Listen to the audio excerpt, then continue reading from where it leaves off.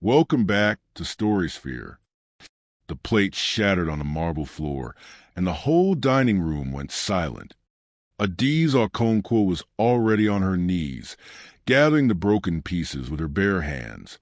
When Ngozi stood up from her chair, 30 guests watched, forks stopped halfway to open mouths.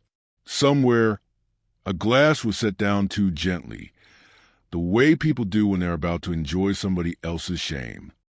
"Look at her," Ngozi said, and she laughed. "Look at this thing, crawling on my floor. You see why I keep telling Daddy not to bring gutter people into this house? She has been here 2 years, and she still cannot carry one plate from the kitchen without disgracing us." A piece of china cut into Adiz's thumb. She did not flinch. She had learned a long time ago that flinching only made them happier. "Are you deaf as well as useless? I am talking to you. Kneel properly and apologize to my guests, house girl, or have you forgotten what you are?" Adiz looked up, and for 1 second, before she lowered her eyes again, she saw something none of them noticed. She saw Chief Obiageli Nnamdi, the richest man in that room, gripping the edge of the table. His eyes were fixed not on his daughter, not on the broken plate, but on the old necklace hanging at Adiz's throat. His hands were shaking. Nobody in that room knew what was coming, but you are about to, so grab your popcorn and enjoy. If you love stories where the quiet, broken ones turn out to hold all the power, you are exactly where you need to be. Welcome to StorySphere. Let me take you back to how Adiz came to that house in the first place, because to understand the ending, you must first understand the suffering. Adiz Okonkwo was 23 years old, and she had not always cleaned other people's floors. There was a time, a short and far-away time, when she sat at the front of the classroom in Ajigunle with the highest marks in her year. Her teachers used to call her our small lawyer because of the way she argued, calm and clear, never raising her voice, but never backing down either. She had wanted to study law. She had the brain for it. What she did not have was money. When her mother, Mama Kayamika, started coughing blood, everything stopped. The hospital wanted money before they would even look at her. The landlord wanted his rent. The dream of a university wanted school fees that might as well have been the price of the moon. So Adiz did what poor girls have done since the beginning of time. She folded the dream, put it somewhere deep inside her chest, and went looking for work. That was how she ended up standing at the gate of the Nnamdi mansion in Ikoyi at 6:47 in the morning, 2 years before the night of the broken plate, holding a small bag with everything she owned. The house was the kind of house that did not look real. White walls that climbed into sky, a gate of black iron that opened by itself. Cars parked a row like a showroom, each one worth more than every house on Adiz's street put together. She stood there and felt small, the way the sea makes you feel small, and a part of her wanted to turn and run back to Ajigunle. But Mama Kayamika was waiting in a rented room with a cough that would not leave. So Adiz straightened her back and walked in. The woman who hired her was the housekeeper, a tired old woman named Mama Felicia, who had worked in that house for 30 years. She looked Adiz up and down once, sighed, and said the words Adiz would remember for a long time. "My daughter, you are too fine and too clever for this work. That is your problem, not your blessing.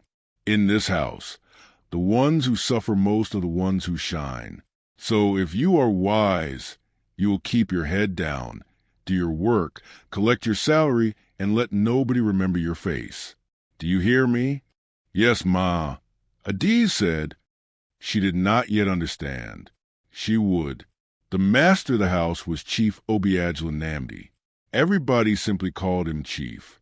He was a man in his late 50s, with gray coming into his beard and a quietness about him that made even loud people lower their voices.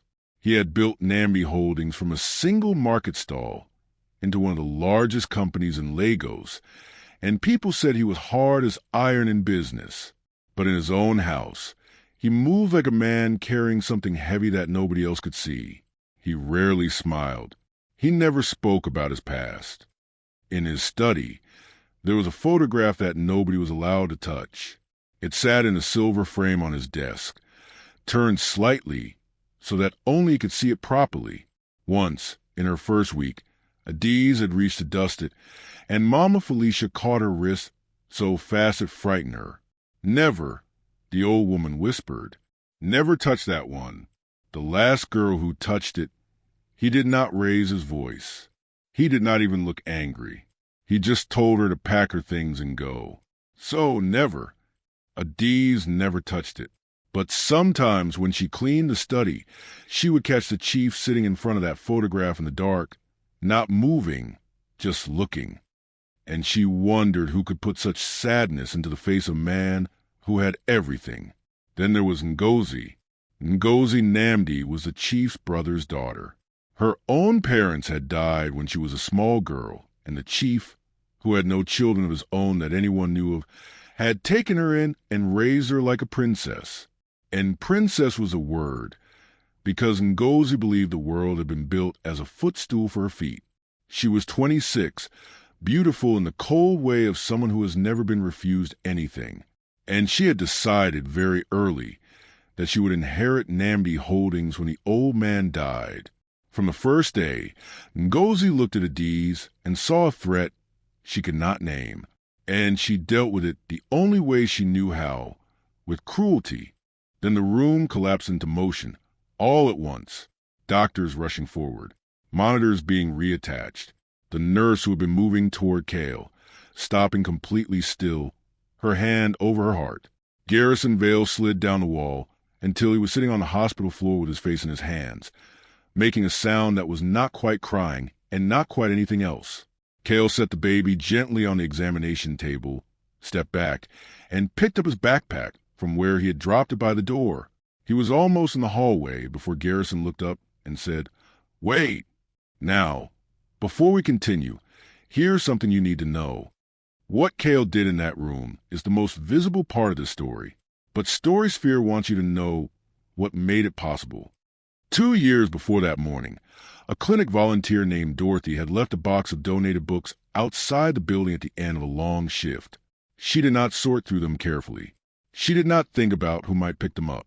She simply left them rather than throwing them away, because throwing away books felt wrong to her. Kale found that box at 6:30 in the morning. He took one book. A retired paramedic named Harold ran informal first aid sessions at the church shelter on the second Sunday of each month. He let anyone attend. He did not check whether attendees had a home address. Kale came to 3 of those sessions. Harold showed the group how the human airway works and what position matters most when an infant cannot breathe. Harold never knew Kale's name. Kale never forgot what Harold taught. A shelter supervisor named Irene let Kale stay an extra 40 minutes past closing on cold mornings, when she could tell he had nowhere warm to go. She never noted it in the register. She just did not lock the door until he had finished whatever he was reading. None of these people were in that hospital room. All of them were. This is what StorySphere believes, that every act of human decency travels further than the person who gave it will ever know. Dorothy's box of books, Harold's second Sunday sessions, Irene's unlocked door. They all arrived in that room with Kale. Garrison Vale found Kale in the corridor. He had left his infant son in the care of the medical team, followed the boy into the hallway, and stood before him with an expression that had nothing practiced in it, nothing managed. Just a man who had been to the edge of the worst moment of his life and come back because a child in a torn shirt had refused to accept what everyone else had already accepted. He asked Kale where he lived. Kale told him the truth. Garrison did not react with pity or with the particular discomfort people sometimes display when poverty arrives close enough to feel real. He asked Kale 2 more questions. What do you want to do with your life? And what do you need to do it? The arrangement that followed was not charity. Garrison was clear about that from the beginning, and Kale was clear that he would not have accepted it as anything else. It was investment. Garrison had spent 20 years identifying people who had something rare and making it possible for that thing to grow. He had simply never before found that person in a hospital corridor at 11 years old with a split-spine book in a backpack. Kale was enrolled in school within the month. He lived with a foster family that Garrison's foundation had supported for years, a couple named the Okafor Brennans, who had 3 other children and a loud kitchen, and the kind of home where the front door was always unlocked because someone was always arriving. He was given access to a tutor twice a week, a library card, a winter coat. He asked if he could keep the book about the human body. Nobody had ever suggested he couldn't. For years later, Cale was a top science student in his school. He attended a regional medical symposium at 14 as the only middle school participant. He sat in the front row and asked 2 questions that the presenting physician later described to a colleague as the most precise questions anyone had asked all day. Garrison's son, now 5 years old, called Cale by a nickname that had developed over years of visits and could not quite be translated into adult language. What it meant, roughly, was a person who stayed, because that is what Cale had done. When everyone else stepped back, he stayed. The night before Cale's first day of high school, he sat at the Okafor Brennan kitchen table and wrote a letter. Not to Garrison, not to the doctors. He wrote it to Dorothy, whose full name he had eventually learned by tracing the clinic donation box back to its source. He wrote it to Harold the paramedic, now retired to a smaller town 2 hours away. He wrote it to Irene, the shelter supervisor. He told them what their small decisions had made possible. Dorothy wrote back within the week. She said she had not thought about that box of books in 2 years and had cried for 20 minutes after reading his letter, and then called her sister to read it again. Harold wrote back on paper so old it had yellowed at the edges and said that he had taught those second Sunday sessions for 11 years, and this was the first time he had ever heard what happened after. Irene did not write back, but the shelter director told Cale months later that Irene had framed the letter and hung it on the wall beside the door she used to leave unlocked on cold mornings. The door she still left unlocked. Never count out a person because of where they are sleeping tonight. Never assume that because someone has nothing, they know nothing. Never mistake quietness for emptiness or worn shoes for a small life. And never forget that the knowledge which saved a life might live in a box, left on a pavement, by someone who simply could not bring herself to throw it away. If this story moved you, you know what to do. Like it, comment below, and send it to someone who needs to believe in people again today. Subscribe to StorySphere for more stories of courage, resilience, and the quiet human decisions that change everything. Because kindness does not always arrive in a white coat. Sometimes it arrives in a torn gray shirt, carrying a book with a broken spine. And it stays when everyone else has stepped back. Welcome to StorySphere. We are so glad you are here.